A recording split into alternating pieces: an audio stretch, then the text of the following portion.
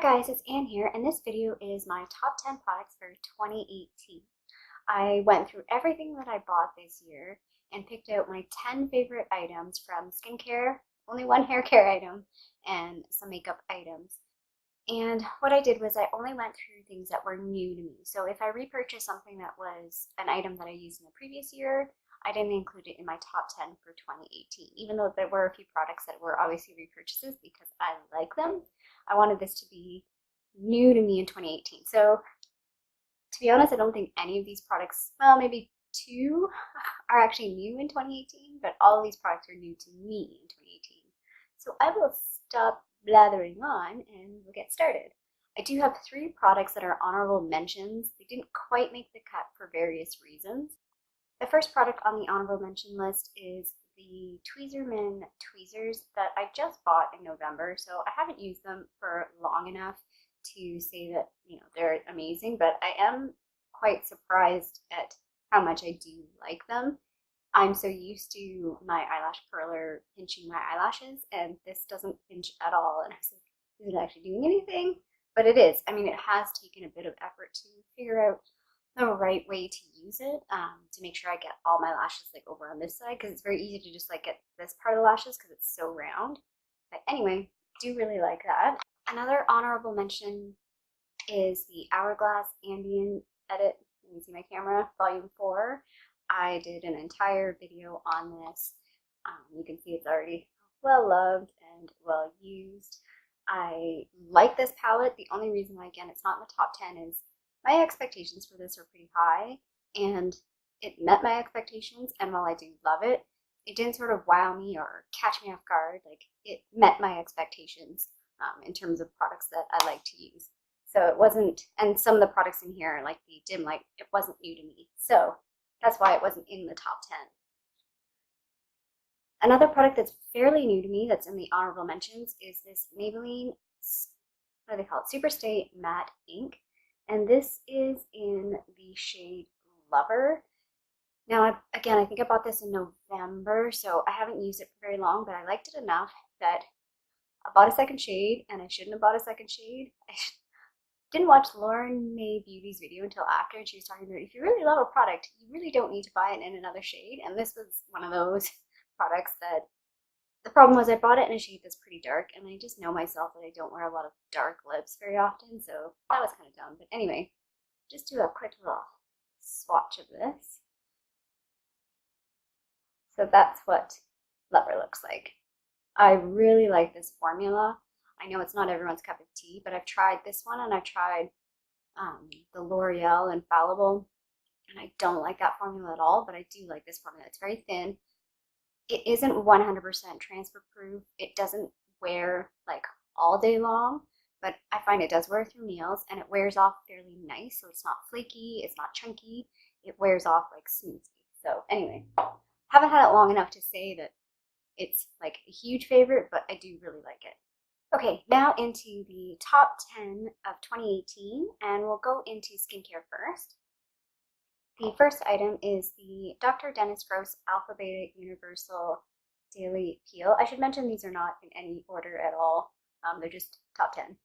And this, again, was a product that I feel like I used a sample in the summertime, and then I decided to purchase this. I think I may purchase the full set that's like $110 because this was one of those products where I saw immediate results. It was immediately satisfying, and who doesn't like that? So the next skincare product that, again, I pretty much saw immediate results within, I would say, about 4 days. And this is the Ordinary Nicinamide and Zinc Serum. I wasn't expecting to like this so much, and I wasn't expecting to see results so immediate. I think it's had 2 effects for my skin. One is it has reduced some of the texture. Like, I have a lot of texture on my cheeks. Just years of acne, oily skin, my pores are very large, and if you've ever watched any of my Get Ready With Me videos or testing out makeup, you know how red my face is, and I think this is actually helping with some of the redness. My face, since using this, hasn't been as red, at least. Maybe it's a correlation thing, maybe it's not actually causation, but I'm at this point thinking this is helping at least a little bit with that. And this is like super cheap. It was like $7 or $8, I think. Okay, it might look slightly different because I'm jumping into my own video from, I don't know, it's about a hour later than I was filming earlier. And I realized I forgot one of my top 10 products. And this is the Avene Soothing Moisture Mask. And I've talked about this before, that this has been a game changer for me for the winter dry months. I use this as an overnight mask almost every night. It's super expensive, so I try not to waste it and make it last as long as possible. This is actually the second bottle of this that I have bought, but I've been trying to buy it with like points and stuff because I think this costs like $35 for this tiny little, it's 1.69 fluid ounces, so it's so small. But man, my skin loves this stuff. When I wake up in the morning, my skin feels amazing. So out of all of my skincare products, I think this is my number one skincare product find for 2018. And the last sort of skincare product is the Laneige Lip Sleeping Mask. Again, everybody goes on and on about this. And I do really like this. It's one of those products though that I'm really bad with like routine and habit, and I forget to use this. So like I've had this, I don't know, since the springtime, and you can see like I have barely used it. But when I do use it, I really do like it. I just need to be more consistent in using it. So my one only hair care product, it's a little gross because it was in the shower, is the Living Proof Restore Shampoo. I talked about this, I don't know, a couple months ago, I guess now. I tried a sample and I do really like this. So the one thing to say though about this is I have been using this regularly and I don't think I like it quite as much as the Alterna Caviar. But I do feel like this might be a better summertime shampoo. So I've actually taken it out of my shower and I'm using just Pantene and a couple other shampoos that I need to finish up for like the blonde hair that I obviously need to do something about my hair right now. I know it looks terrible.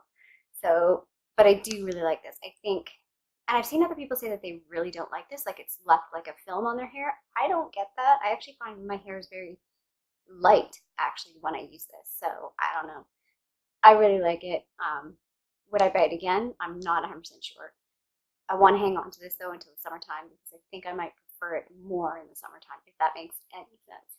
Okay, on to makeup. So the first makeup item I have is the MAC lipstick in Velvet Teddy.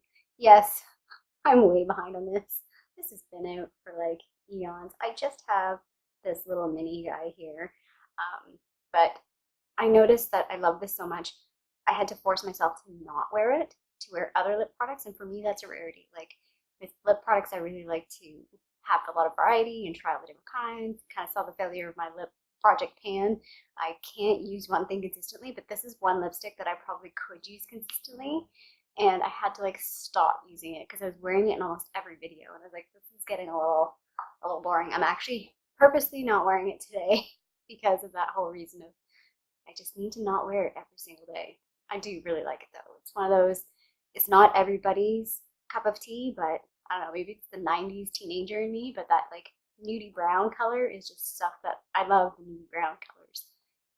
So this isn't the exact product, but this is the one that I have right now. It's the Essence Lash Princess. This one's the false lash effect, which was kind of, I think, my second favorite out of all the Lash Princess ones.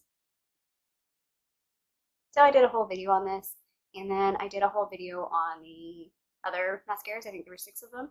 And the one that I do like better is the peach one. Again, caught me off guard that I really liked it, and it's only like $5.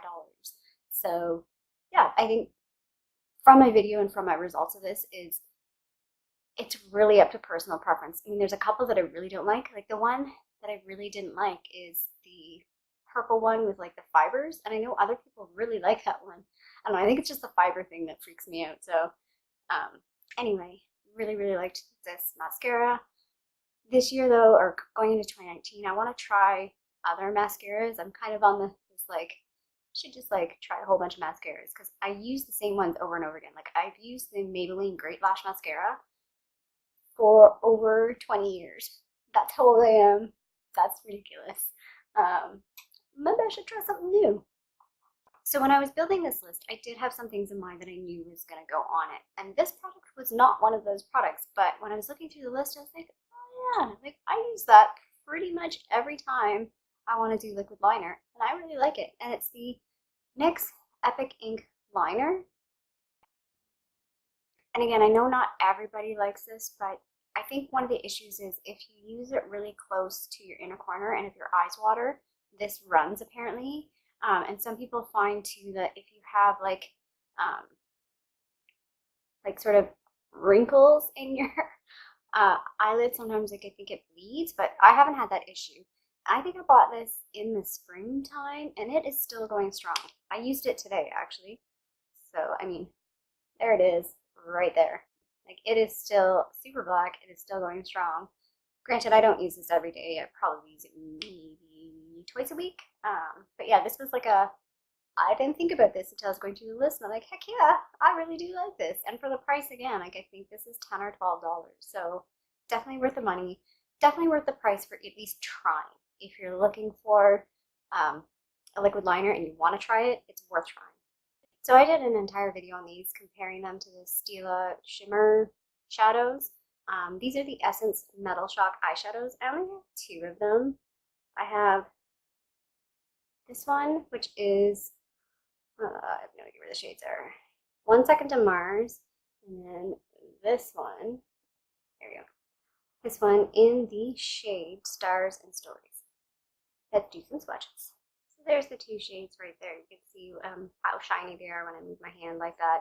And again, this is one of those things, for the price, I really like these. And I wasn't sure I would like them because they're a cream shadow, and I don't know, I hate when you're like cream shadow and it like sticks to your eyelids and your eyelids stick to like the upper part of your eye and it just feels tacky and sticky all day. So I was hesitant to try these, but I wanted to try them, and I specifically wanted to try them to compare them to the Stila ones, and I was impressed. I really liked these. I haven't bought more because none of the other colors, I don't know, there's a couple colors that I might buy, but I haven't been drawn to the colors. I still want to buy some of the Stila ones because I haven't tried the glitter ones, and some of them, again, like the colors are just so beautiful and so different.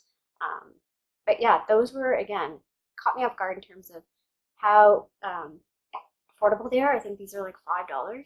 It's kind of one of those things that if you don't use a cream shadow and you don't want to spend like $20 or $30 on the Stila ones, this is worth picking up to give it a go.